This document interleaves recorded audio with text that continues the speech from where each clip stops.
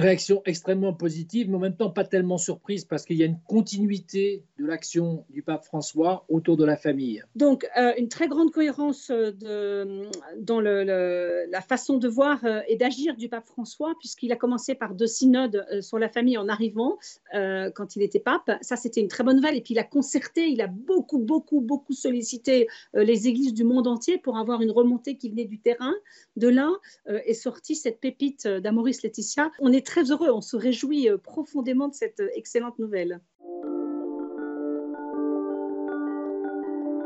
C'est un approfondissement, je dirais, de la réalité familiale, de l'homme, de la femme, de l'enfant, de la relation parent et enfant, et qui est la cellule de base de la société, la cellule de base de l'Église. Cette Église domestique, elle est au cœur de l'Église, et elle est à l'image de la relation entre le Christ et l'Église.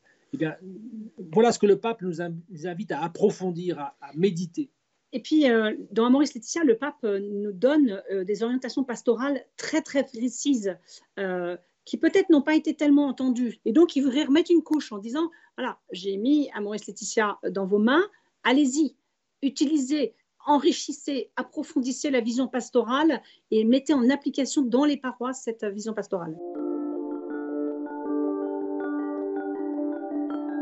Quand le Saint-Père parle de famille Amoris Laetitia, en fait, il englobe tous les membres d'une famille. On voit bien dans Amoris Laetitia que chaque membre de la famille est cité. Le frère, les grands-parents, les enfants, la préparation au mariage, les amoureux, l'éducation, tous les membres, toutes les histoires qui peuvent se passer. Et en fait, ça représente tous les membres d'une paroisse. Donc, Amoris Laetitia, c'est vraiment une vision pastorale qui est une très riche vision pastorale qui nous est proposée pour vivre au cœur des paroisses. Les vrais enjeux pour les parents aujourd'hui, c'est de transmettre l'image de la famille telle qu'elle est voulue dans le projet de Dieu. Et ça, même dans les catéchismes, il y aurait un travail à revoir dans la préparation au mariage. Je crois qu'on peut largement s'inspirer de la vision pastorale, encore une fois, d'Amoris Laetitia sur ce sujet, redonner le sens de l'homme, de la femme, du mariage, de la famille dans le projet de Dieu. Et il y a un autre aspect également, c'est le don. On a perdu le sens du don, on a perdu le sens de l'accueil. Quand le pape dit à un moment donné qu'il faut savoir s'excuser, dire merci, dire pardon, etc., il y a cette réalité du don qu'il va falloir petit à petit redécouvrir, que nous avons tous à redécouvrir. Et le don n'est pas forcément le même, le don du père, le don de la mère, le don de l'enfant, le don de la relation entre parents et enfants, entre époux, etc. Et même avec les membres élargis de la famille.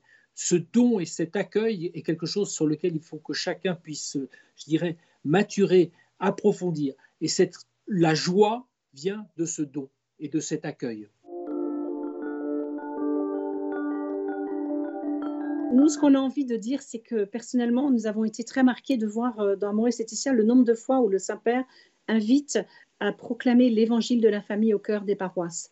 Et quand on regarde bien ce qu'il appelle l'évangile de la famille, c'est au numéro 63 d'Amoris Laetitia, on voit bien qu'il invite chaque paroisse à avoir des couples qui viennent proclamer le projet de Dieu pour l'homme et pour la femme.